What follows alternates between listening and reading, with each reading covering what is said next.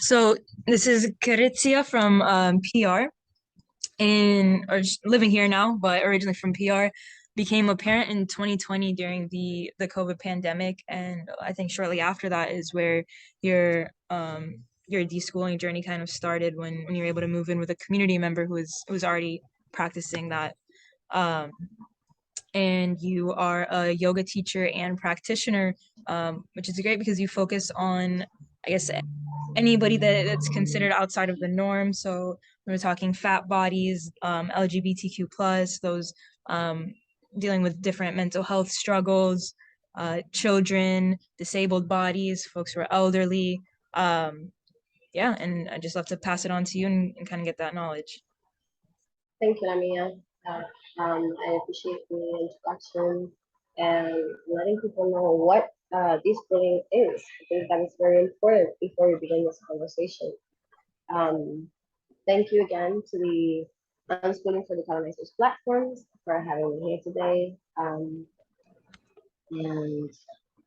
yeah, you mentioned that my journey started right around the time that I moved with a community member, and I kind of just want to take it from there and start from there.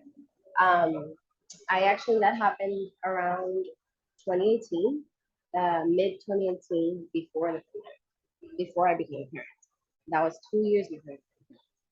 Um, I was struggling very hard in like college. I was in a relationship that wasn't good for me, like a romantic relationship. I was cohabitating a space, and things had gotten very out of control, violent, and I had to move out of that place. So this community member, she was a parent. She is a parent of a 17-year-old and a 9-year-old now. And at that point, about 5 years ago, they were, I believe, 13 and 5 or 6. Um, so just thinking back on it, I just remember that, and wow, I've seen these kids grow up too. These people through these schooling methods, people become your family, and Yeah, that's something that is community that. focused. So it's really interesting to think about it like this, so detached from the outside.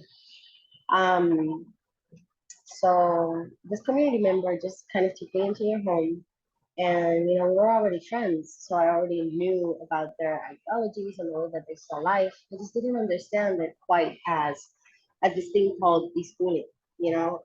I come from a very school place, a very school place. I was, like in a specialized math and science school, for high school and for intermediates, like what we have over here, which is intermediate school, some other stuff. Middle school, I guess it would be for you guys, Yeah, middle but it school. even works different. It's like from 6 to 9, yeah. Mm-hmm. So, and then we have 10 and 12, which is like high school.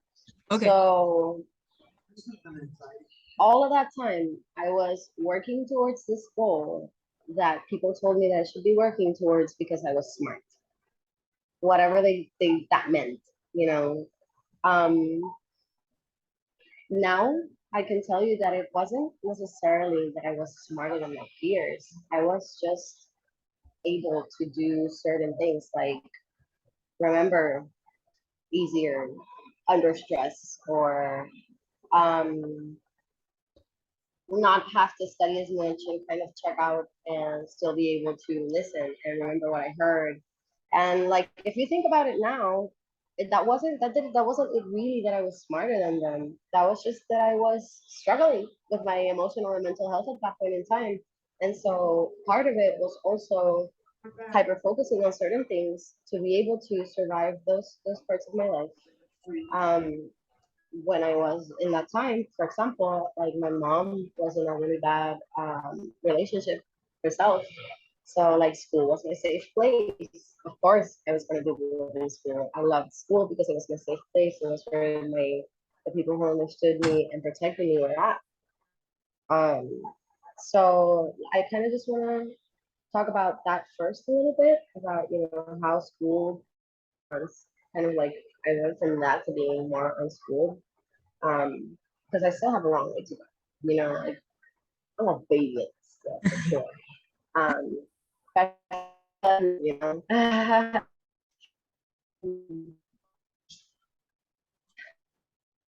I'm back, those 6 months that I lived with Kritizia, my friend and community member saying, it was really interesting to see how she interacted with her daughters. Um, they are both femborn and they both identify as femmes so far.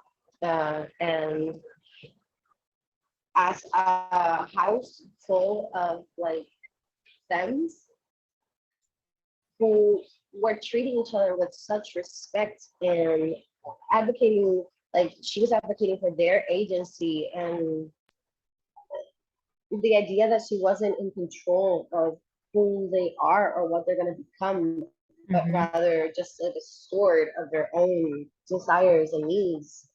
Um, all of that was really shocking to me because I never had that. Like my mom, she definitely allowed me to become my own person and she gave me a lot of trust because we communicated. However, that wasn't the same as her acknowledging what my wants and needs were and advocating for them and kind of like pushing me in that direction. Yeah. I was always pushed in the direction of being more schooled, of getting that degree, of being a doctor, getting some kind of math or science degree because that's what I was molded for in school.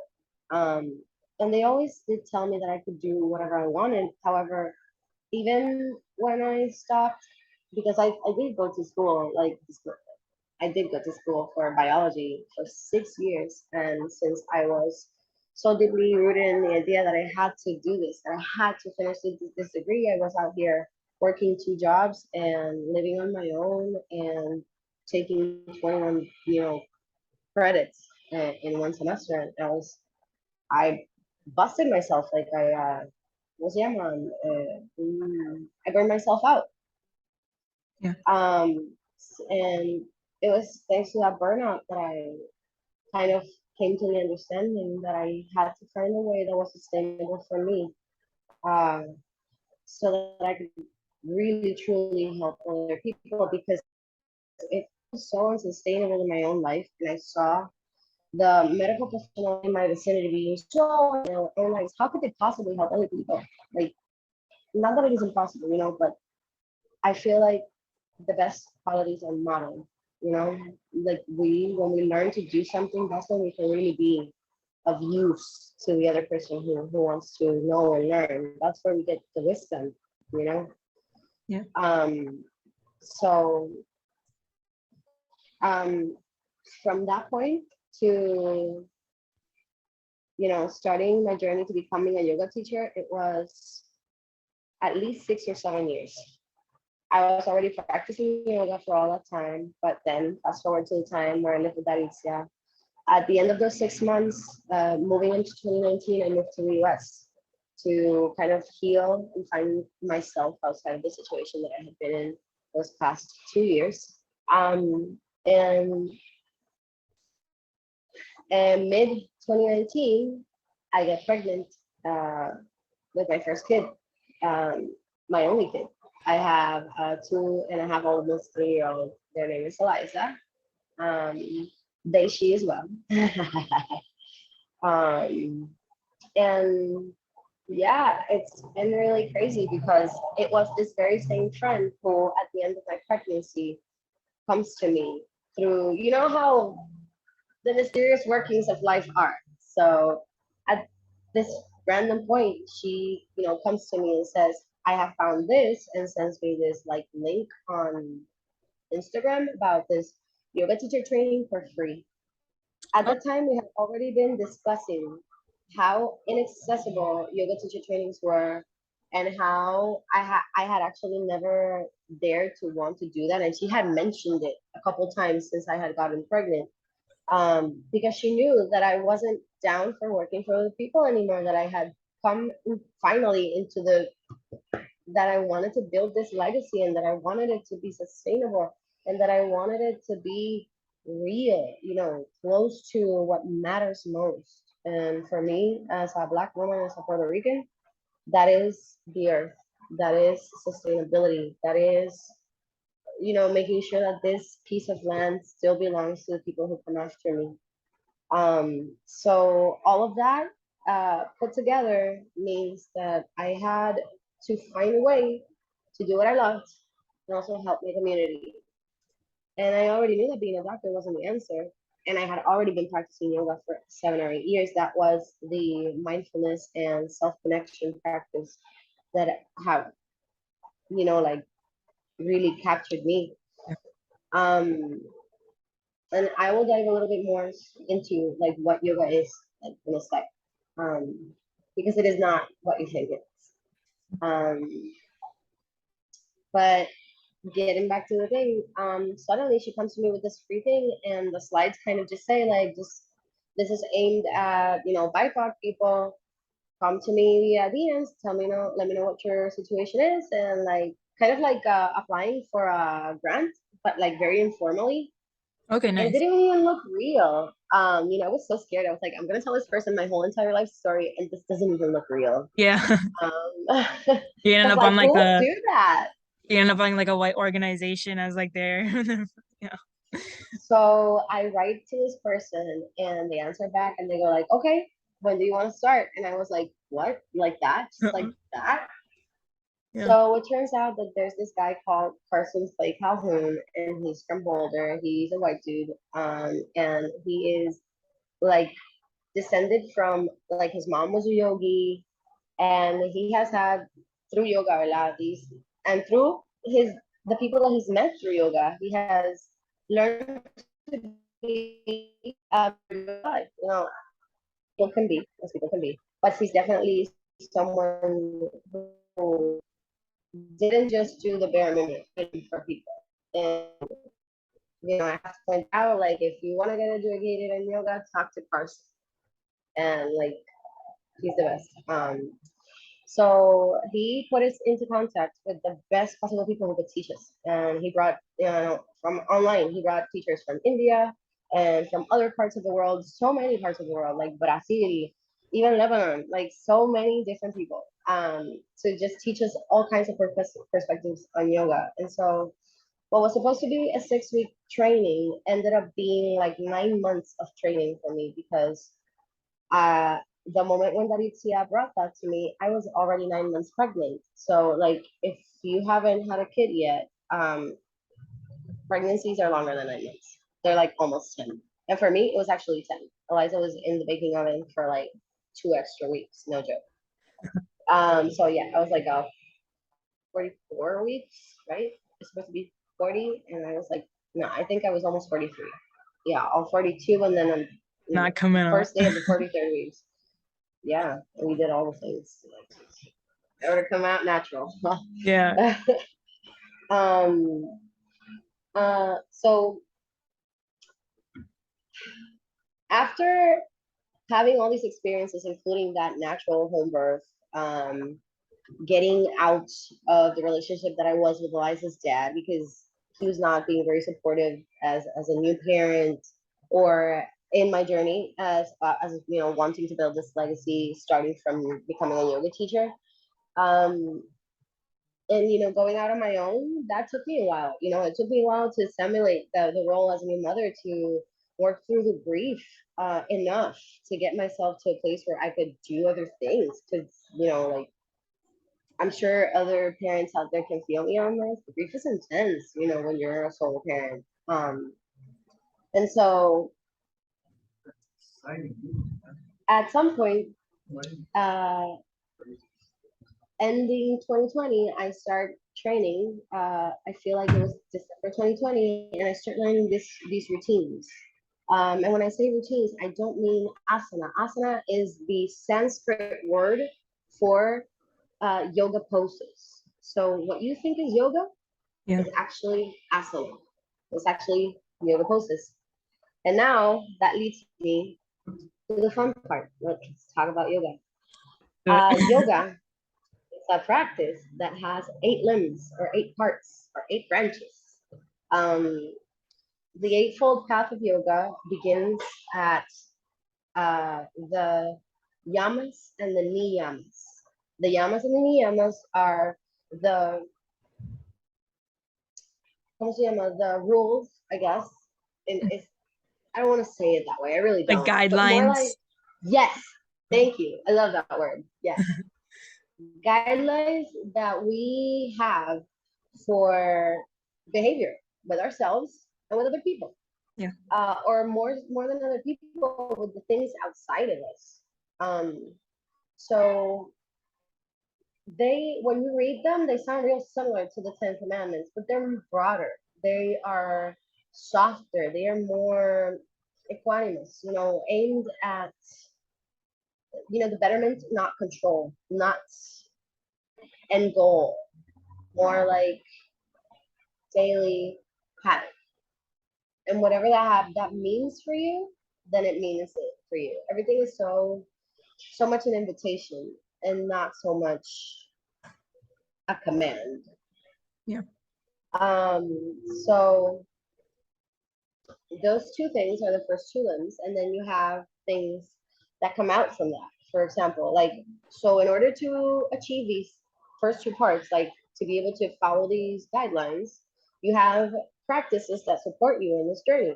And those practices are, for example, the third limb, which is breath work.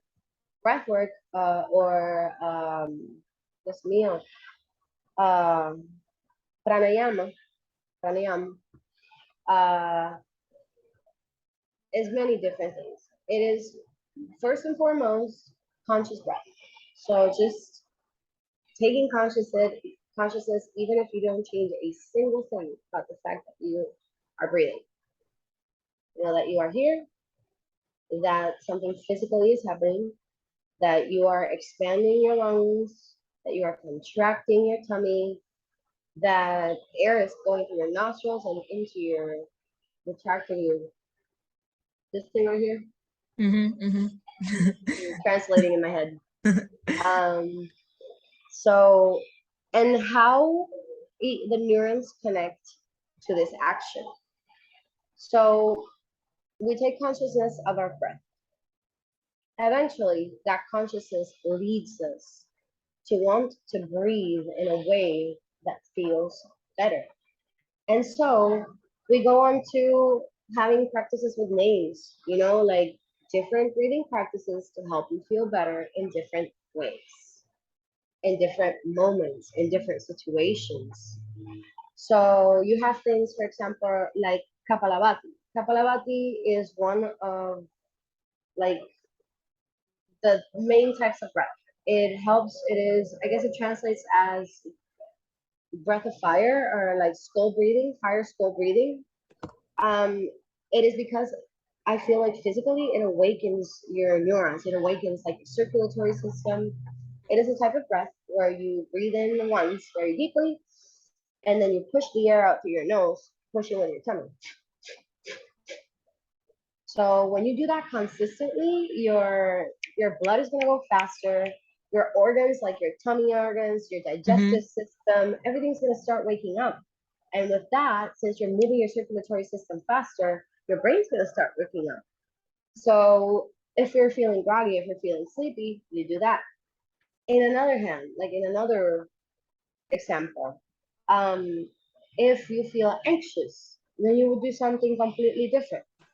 You would take deep, long breaths for set amounts of times, like the box breath, which is 4 by 4 by 4 by 4 by 4, or breaths that coincide with some kind of sound, like an om or a singing bowl or a mantra, where you take a deep breath in, hold it for a sec, and then exhale back out through your nose or through your mouth, whatever's more comfortable for you. And like that, there's like tons of different types of breath that you can practice. But outside of those specialized or types of breath work with name, what I want you to take away from pranayama is that is conscious breathing. That the moment in time in your day where you tell yourself, remember to breathe, when you take a stop, do it with me, Lamia. Take a deep breath in. Let it go.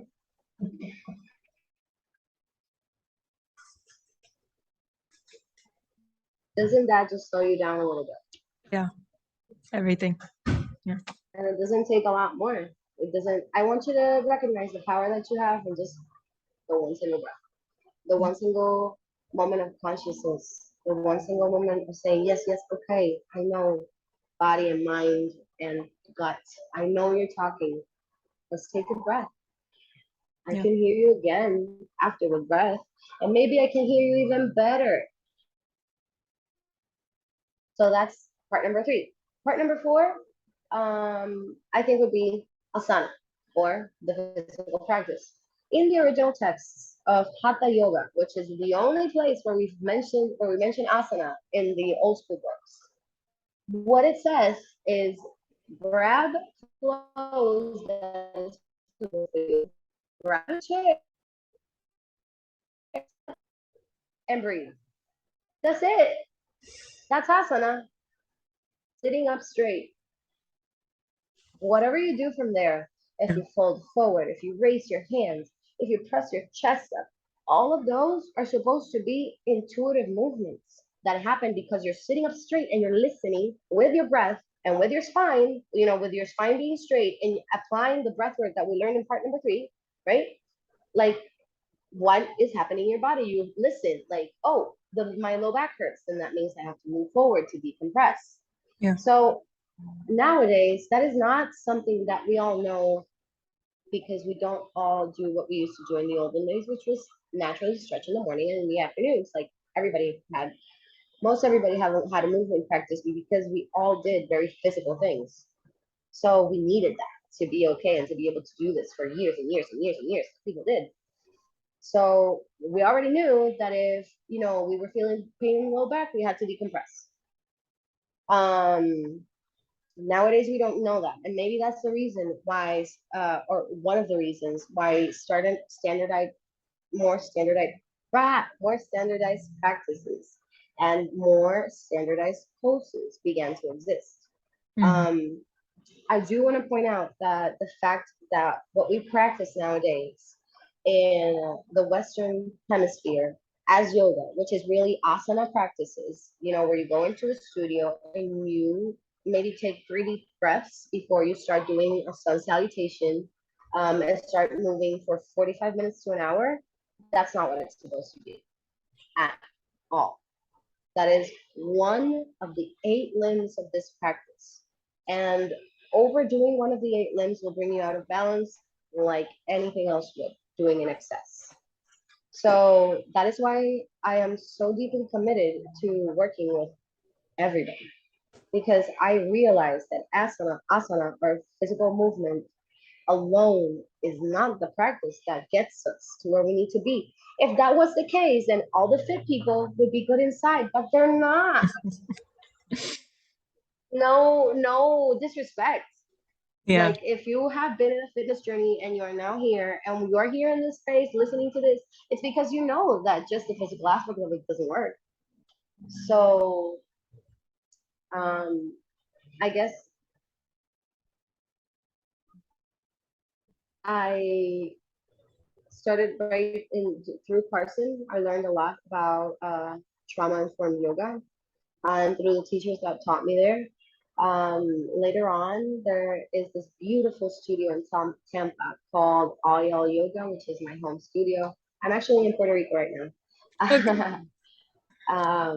But they are the people who took me in, kind of, because since my training was happening online during the pandemic, I went to this studio and they lent me the space when they weren't teaching, and I was able to practice in that physical space and learn about, yoga as a business and how to be a good manager and a good teacher all through this physical studio. So um, in there, I learned more about yin yoga and restorative yoga as well, because my teachings with Carson were more focused on rocket yoga. So it does have definitely its history of yoga aspect and its like meditation and breath work aspect, but it is rocket yoga is very physical. So coming over here, always trying to like bring it back to where it's supposed to be, I went heavy into the trauma informed. I went heavy into the yin and the restorative, the practices that combine a little bit of physical movement with a lot of meditation. And I learned how to make it accessible for first and foremost myself. Um, I struggle sometimes with lots of thoughts, with like rapid thoughts, rapid movement, clumsiness. And I guess we could all categorize this in different ways, like ADHD, anxiety, depression. Um, but rather than labeling the things, I want to tell you what happens, with me. So maybe you can say, those things happen to me too. And Yeah. outside of labeling yourself as something, maybe seeing how these practices can help you as well. So the fifth limb of yoga is meditation. Meditation as sitting still and taking deep breaths. So you can see how we're building on things. Yeah. First and second things are guidelines that we need to know first. Third thing is breath. Fourth thing is sitting still, back straight up. Fifth thing, closing your eyes and putting all those things together.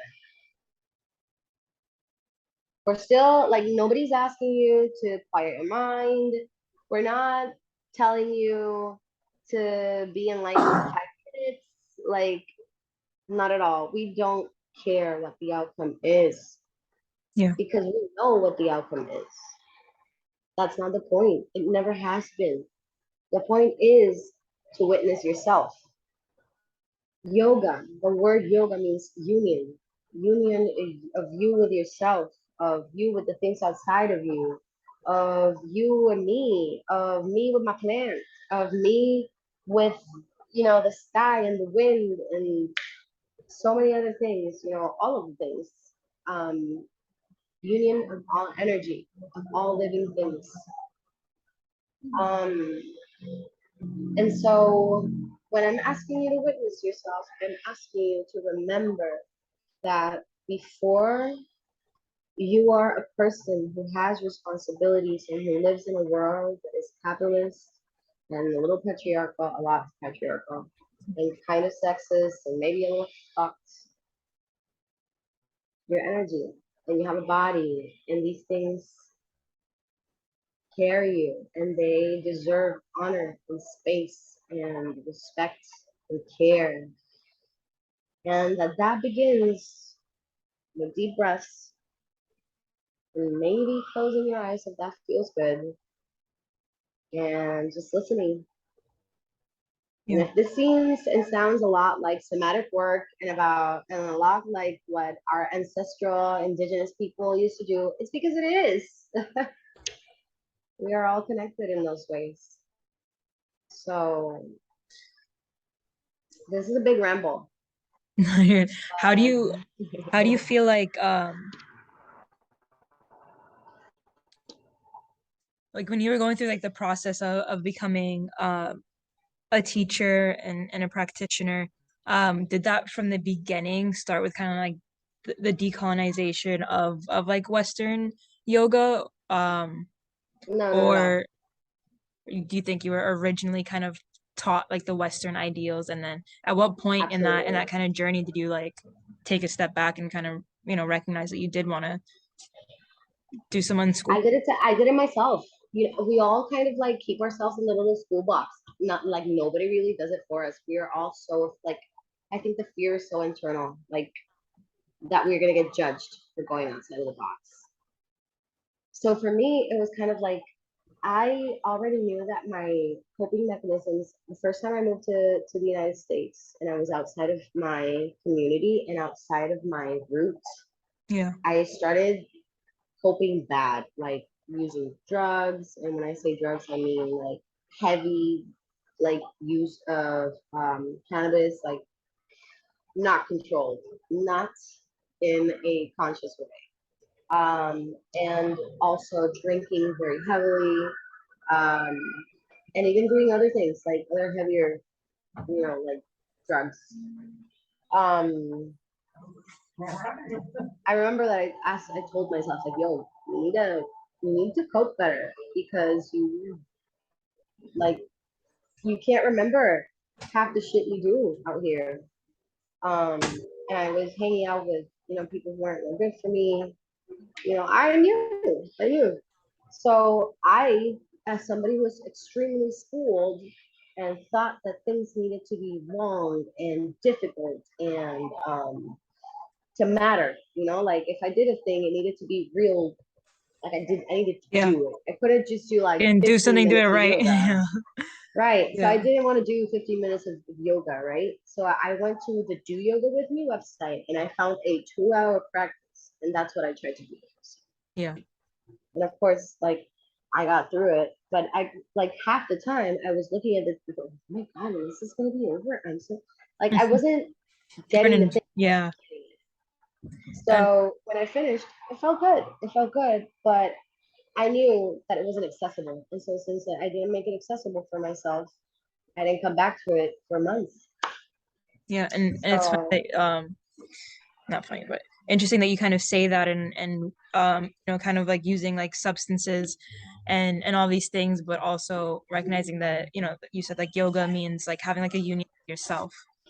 But I guess like the like practicing it from kind of like a colonized standpoint didn't necessarily it was bring you very closer to that hard. union to yourself. Yeah. Absolutely. That's It's not until very you, hard to find that place of calm inside of myself, the inner mat, yeah. as I like to call it.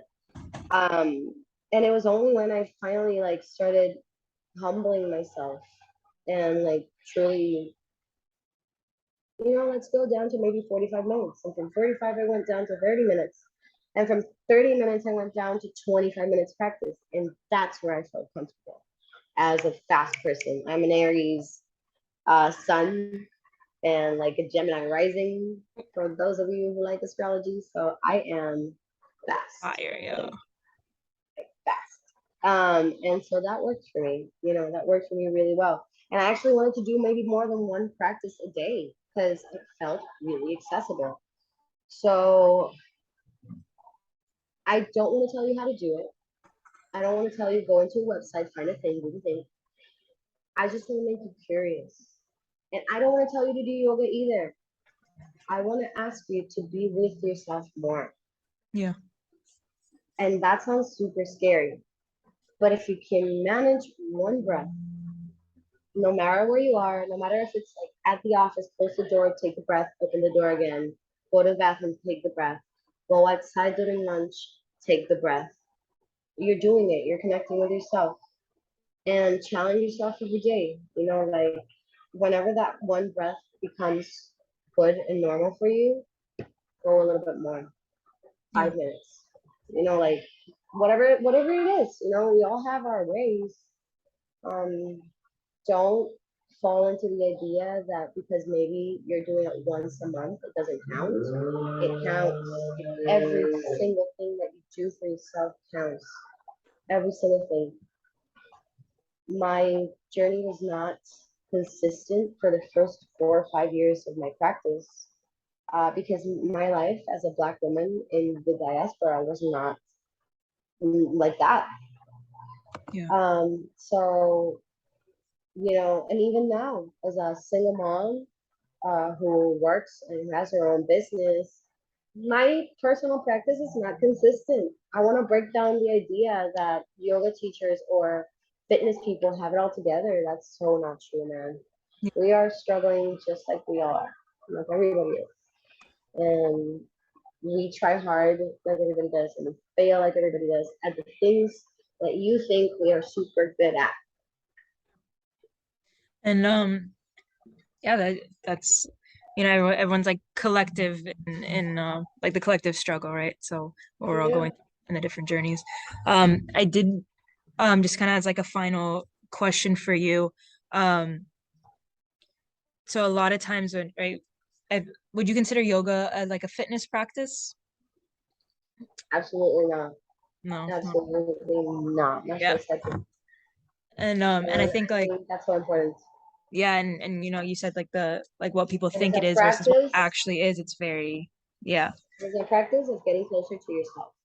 Does it have a physical aspect? Yes. Could that physical aspect make you physically fit, whatever the fuck that means? Yeah. Yeah, I That's guess. that's like the other thing, like defining like being like physically fit, or just like fitness in general, and the way that we link fitness with body types, when Right, really like the right. can be there, any level of like body type, or any like ability level is able to find their own thing.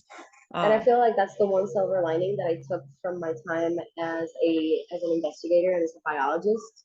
It's just having the knowledge, having being able to go like, oh, I want to research that. And so like now, like nobody can talk to me. Nobody can tell me nothing. Like eh, not doctors, not other yoga teachers. I'm like, no, here's the right here in this study, it says that this thing is not linked with this thing, and these people are capable just like anybody of doing this. And here is the information for this person who does better handstands than you, and they are like 350 pounds. yeah, So, enjoy that. stop. Yeah. For sure. Well, I really appreciate the insight, and you coming on and sharing everything. And before we close out, I actually want to share a few of the folks that you're talking about right now, and some options for people that are looking for um non-diet coaches and mentors, and different ways to kind of get involved with that. So one of them, it's one of the Instagram pages, it's decolonizing_fitness, and we can link these into the caption. Mhm. And they are a physical therapist assistant and a medical exercise specialist. We also have Damali Fraser. It's a non-diet kettlebell coach and mentor, um, that really emphasizes that size has nothing to do with your worth. Um, and finally, we have Lyric Valentin, um, who's also in this work and in the anti-fat phobia work. Um, and their Instagram page is, so it's the first name LEURYCK_VALENTIN. Yeah, and those are just three really good resources that folks are able to look into. For sure. Yeah. Anybody who wants to come into my DMs, ask me any questions, get a little bit more knowledge, maybe find people in your area. Let's do it. I'm here. I'm here for all the helps. Thank Awesome. you to the community for having me. Good luck and happiness and good things in your journeys. Blessings. Thank you so much. I'll talk to you soon. Thank you, Lamia, for hosting. Take care. You as well.